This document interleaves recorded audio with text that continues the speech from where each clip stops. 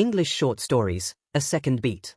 David sat in the sterile hospital room, listening to the steady, rhythmic beep of the monitors that kept him tethered to life. For months, his world had shrunk to the four walls of this ward, but today the atmosphere felt different. His primary surgeon had just visited with a grim expression, delivering a final warning: his heart was failing rapidly.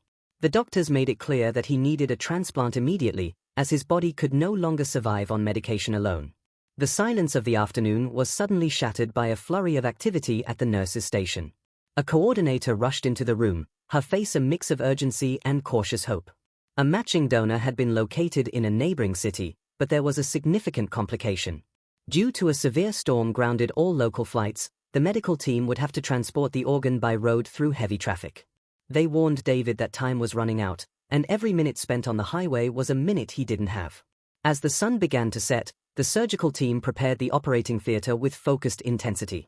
Outside, an ambulance navigated through the pouring rain, its sirens wailing against the clock.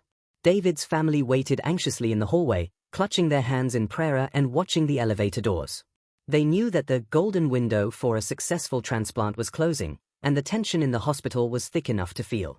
Just as hope seemed to be fading, the transport team burst through the double doors with the cooler containing the precious cargo. David was quickly wheeled into surgery, the bright lights overhead reflecting the determination of the medical staff. Hours later, the lead surgeon emerged with a tired but relieved smile to share the good news. The transplant had been a success, proving that even when time is nearly gone, a second chance at life is still possible.